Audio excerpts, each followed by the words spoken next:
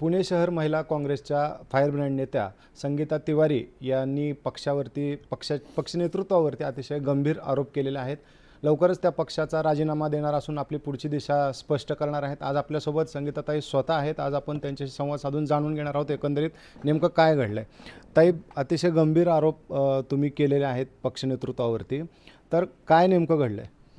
गंभीर आरोप नाही, जे मी भोगले ते मी सांगतेय। म्हणजे ज्या वेळेस मला पत्र मिळालं की तुम्हाला प्रभारी अध्यक्ष केलंय, तर त्यावेळेस मला तर हिणवल्या गेलं 4 दिवसाच्या अध्यक्षा। मला काही फरक पण नाही, हिणून काही फरक नाही, पण त्याच्यानंतर माझी केबिन काढून घेणं हे खरंच निर्लज्जपणाचं लक्षण आहे। म्हणजे तुम्हाला लाज वाटली पाहिजे। तुम्हाला महिला निदर्शनाला पाहिजेत, आंदोलनाला पाहिजेत, हाऊस टू हाऊस करायला पाहिजेत। निवडणुकीमध्ये तुम्ही महिला सन्मानाच्या गोष्टी करतात। राहुल गांधी आमचे नेते, त्यांनी महिला सन्मान यांना शिकवलाय, आणि असं असताना तुम्ही महिला काँग्रेसचं कार्यालय वर्षानुवर्ष चालत असलेलं काढून घेताय, आणि त्याच्यानंतर त्या एका कार्यकर्त्याला सेलच्या देताय, आणि त्याला सांगतात की जर ताईंनी घुसायचा प्रयत्न केला तर ॲट्रॉसिटी दाखल कर। म्हणजे त्यांनी त्याचे फोटो टाकले, ते बाबासाहेब आंबेडकरांचे, नंतर गौतम बुद्धांचे फोटो तिथे लावले, कारण का तिवारी ब्राह्मण आहे, तिने जर कुलूप तोडून ऑफिसमध्ये घुसायचा प्रयत्न केला तर सरळ ॲट्रॉसिटी करून टाक। आता ज्यांनी कार्यालय घेतलं तो, आणि ज्याला सल्लागार अध्यक्षच असणार ना, कार्यालय कोण देतं तुम्हाला? चावी कोण देतं? काँग्रेस भवनच्या चाव्या अध्यक्षाकडेच असतात ना। मला का नाही दिलं? कोणी नाही दिला? अध्यक्षांनी चावी त्याला दिली, तो तिथे बसायला लागला। मी पोर्चमध्ये मेळावे घेतेय, मी पोर्चमध्ये मिटिंगा घेतेय, पण त्यांना अजिबात काही वाटलं नाही की इलेक्शन आहे आपण, म्हणजे तुम्ही प्रेसवाले तिथं प्रेसला रोज होतात, तुम्ही स्वतः पाहिलं असेल। मी मेळावा पोर्चमध्ये घेतलाय 400 महिलांचा, त्यांचा नाश्ता पाणी त्यांनी अक्षरशः त्या काँग्रेसच्या बाहेर बसून खाल्लाय। म्हणजे एवढं लिमिटच नाही, म्हणजे छळायचा लिमिटच संपली होती, म्हणून मी गेले 4-5 महिने काँग्रेस भवनला पण नाही गेले। पण त्या महिला विभागाचं हे कार्यालय अशा पद्धतीने बंद करण्यामागचं काय कारण? ॲक्च्युली खरं पाहायला गेलं तर तुम्हाला सांगू का, काँग्रेसची जी आचारसंहिता आहे त्याच्यामध्ये हा माणूस काँग्रेस भवनमधनं महिला काँग्रेसचं कार्यालय काढूच शकत नाही। त्याला AICC आणि महाराष्ट्र प्रदेशची परवानगी लागते, तेव्हा तुम्ही एखाद्याला कार्यालय देऊ शकता आणि कुणाचं काढू शकता। हा स्वतःचा मनमानी कारभार होता, फक्त मला तिथे बसू द्यायचं नाही म्हणून। पण या बाबतीमध्ये वरिष्ठांनी कारवाई करायला पाहिजे की आचारसंहिता काय आहे, तुम्ही कळवलं पाहिजे की मी हे महिला काँग्रेसचं ऑफिस काढून घेतोय आणि याला देतोय। तसं झाली आहे का प्रोसेस? नाही झाली। पण फक्त कार्यालय काढून घेणं हे एवढंच आहे की दुसरं अजून काय कारण आहे त्याच्यामध्ये? नाही, तेच ना, जर सन्मानच नसेल, म्हणजे तुम्ही कार्यकर्ता पदाधिकाऱ्याला जर किंमतच देत नसाल आणि तुमच्या इगोसाठी तुम्ही कुणालाही त्रास देत बसाल, तर आम्ही काँग्रेसचं काम करतो, आम्ही तुमच्या घरचे काय कामगार नाही आहे, आम्ही काँग्रेसचे कार्यकर्ते आहे, पार्टीसाठी काम करायला देतो। आणि पदाधिकारी झाले, अध्यक्ष होते, इलेक्शनचा त्यावेळेसचा सगळा माहोल होता, तर आम्हाला बसायला तर जागा पाहिजे ना, तीच तुम्ही बंद केली। बाहेर वरिष्ठांच्या तुम्ही सगळं कानावर घातलं। राहुल गांधींना मेल केले, KC वेणुगोपाल यांना मेल केले, चेन्नी थालाना तर मेसेज आहे, मी तुम्हाला मेसेज दाखवू शकते आता। तर ते म्हणले वेट अँड वॉच, थोडा इलेक्शन होने दो, अभी कुछ गडबड मत करो। आता इलेक्शन होऊन संपला ना विषय, अजूनही काही नाही विचारणा। ठीक आहे, आता तर मी नाहीये, प्रभारी होते, मी कशाला आता त्याचा फॉलोअप करू। पण त्यावेळेस नानाभाऊ पटोले, त्यांना मी पत्र दिले, त्यांना मी SMS केला, त्यांना फोन केले, त्यांनी तर SMSचे रिप्लाय बंद केले। मग त्याच्यानंतर अपेक्षा केली की चला नवीन अध्यक्ष येतील, ते विचारतील जवाब की महिला काँग्रेस कार्यालय का बंद केलंय। महिला सन्मान करतो ना, काँग्रेस बोलतो ना महिलाओं का सन्मान करो, कुठे आहे महिला सन्मान? मग जर महिलांना तुमचा सन्मानच तुम्हाला करायचा नसेल, तर अशा माणसाच्या हाताखाली मी काम का करावं पुणे शहरामध्ये? मी काँग्रेसला दोष देत नाहीये, तुम्हाला कळत असेल मी कुणाला दोष देते। मला काँग्रेसने ऑफिस नाही काढून घेतलं, काँग्रेसचा जो प्रभारी अध्यक्ष आहे गेले 2.5-3 वर्ष, त्या प्रभारीने काढून घेतलं कार्यालय महिलांचं। मग तुम्ही महिला सन्मान करत नाही, मग का राहू आम्ही त्या पक्षामध्ये? आणि ठीक आहे, वरच्यांनी चौकशी तर करावी।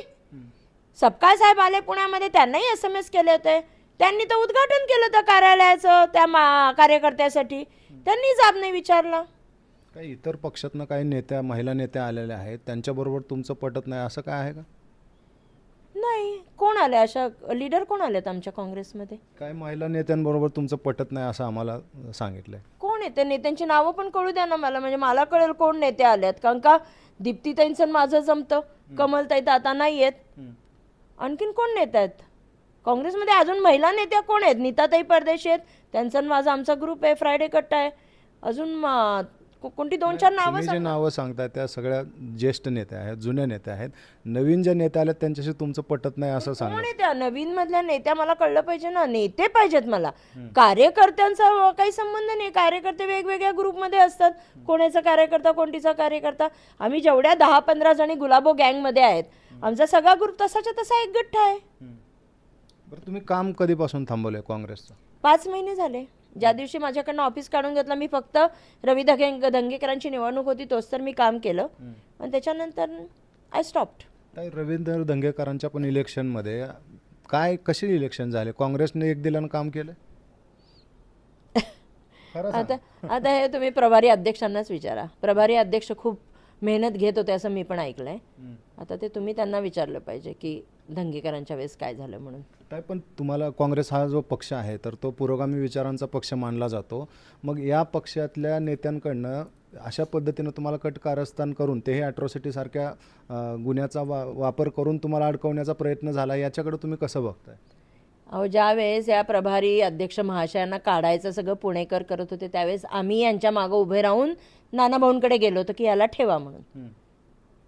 आणि त्याच्यानंतर हे जर असे कटकारस्थान महिलांबरोबर करत असतील किंवा त्रास देत असतील तर दुःख होतं. कारण का काँग्रेसची विचारधाराच नाही. महिलांना सन्मान न देणे ही काँग्रेसची विचारधारा नाही आहे, ही पर्सनल विचारधारा आहे. स्वतःचा इगोसाठी हे सगळं केले गेलेलं आहे. आणि तो इगो कशासाठी होता तोही मला माहिती नाही, पण फक्त संगीता तिवारीला ऑफिस द्यायचं नाही एवढीच भूमिका होती.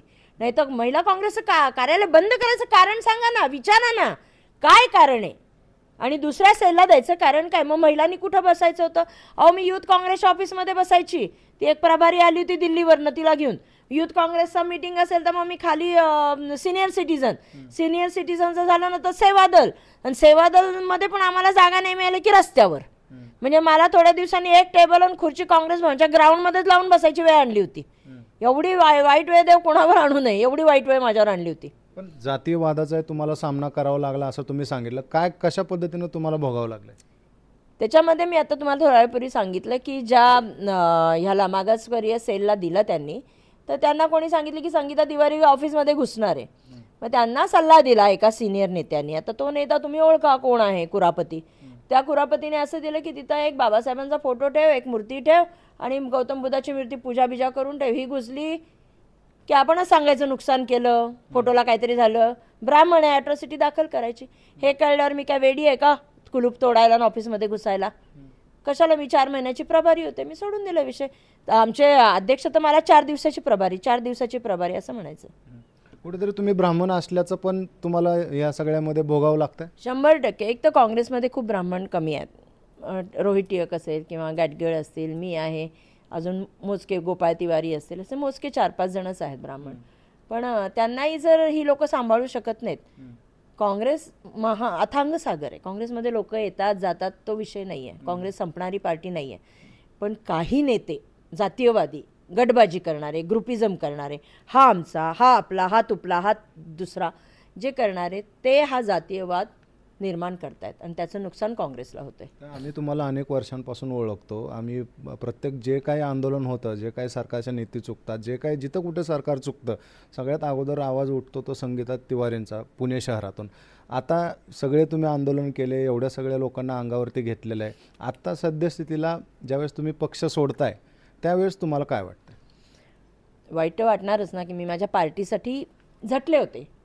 जेवढे मी व्हिडिओ केले, म्हणजे करोनामध्ये पण मी मोदींना खूप ठोकलं होतं त्याच्यामध्ये. त्याच्यानंतर कोणताही असू दे, जिथे नेता चुकला तिथं आम्ही ठोकला, असं होतं माझं. आणि प्रत्येक ठिकाणी मी असं वेग बोलत नव्हते, 2-4 मुद्दे घेऊनच बोलायचे. आणि त्याच्यामध्ये त्या अपेक्षा ही होती की माझ्या नेत्यांनी हे बघावं, मला सांगावं. पण मला असं वाटतं की काँग्रेसला या गोष्टींची गरज नाही आहे. आणि आता वाईट हे वाटतं की आज जर कलमाडी साहेब असते तर माझ्यावर अन्याय झाला नसता. याबरोबरच काँग्रेसला महिला आणि ब्राह्मणांची मतं नको आहेत असं वाटतं तुम्हाला? मला असं वाटतंय काँग्रेस, तुम्ही म्हणताय काँग्रेस नाही, पण पुण्याचे जे प्रभारी आहेत त्यांना असं वाटतंय की ब्राह्मण भाजपचे असतात, असं मला वाटायला लागलंय. पण तसं नाही आहे. आज माझं पूर्ण माहेर म्हणजे डिफेन्समधनं, माझे वडील डिफेन्समधनं रिटायर झाले, माझा भाऊ, हे सगळे इंदिराबाईंना मानणारी लोक आहेत. असं काही नाही आहे पण आता असं केलं गेलेलं आहे, अरे ते ब्राह्मण आहेत ना, त्यांचे विचार भाजपचेच आहेत. असं नसतं ना. इंदिराबाईंना मानणार आहेत, राहुल गांधींना मानणार, राजीव गांधींना मानणार, काँग्रेसच्या विचारांबरोबर, गांधी नेहरूंच्या विचारांबरोबर जाणारी ब्राह्मण आहेत ना, का नाही आहेत? गाडगीळ परिवार किती भोगलं त्यांनी, पण आज त्यांनाही नाही मिळत नाही गाडगिळांना. तसं संगीता तिवारी पण तशीच ब्राह्मण आहे, त्याचा मला फटका बसला. मी ब्राह्मण असल्याचा मला फटका पुण्यामधल्या प्रभारींनी दिला, काँग्रेसनी नाही. बरं, आतापर्यंत जे सांगितलं तुम्ही ते मागं काय झालं ते सांगता. आता पुढं काय? पुढं तुम्ही कुठल्या पक्षात प्रवेश करणार आहे? कोणाची ऑफर आली? तुमचं कोणाशी बोलणं झालं आहे का? माझ्याकडं 2 पक्षाकडनं विचारणा झाली आहे, ऑफर नाही आली, विचारणा झाली आहे की ताई खूप दिसत नाही तुम्ही आता, कारण का मी गेले 5 महिने कोणत्याही निदर्शन आंदोलनामध्ये नसते, कारण का मी जातच नाही. अपमान करून घेण्यापेक्षा गेलेलं जास्त चांगलं. तर आम्ही गुलाबो गँगच्या अंडर सगळे आंदोलनं घेतली. म्हणजे असं नाही की मी घरी बसली आहे. माझी पायल तिवारी बिटिया फाउंडेशनच्या अंडर पण चाललं, आता माझं शॉर्ट फिल्म फेस्टिवल आहे. पण विषय असा आहे की ज्यांनी मला विचारलं आहे तर तिथं जाण्याचा तो विचार एक लक्षात घ्या, जेव्हा आपण घर सोडून जातो ना तेव्हा खूप त्रास होतो. बरोबर. तो त्रास निश्चित होणार.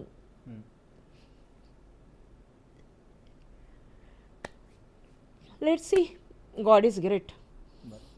या होत्या संगीता तिवारी. अतिशय गंभीर असे आरोप काँग्रेसच्या नेतृत्वावर, शहर नेतृत्वावरती केलेले आहेत.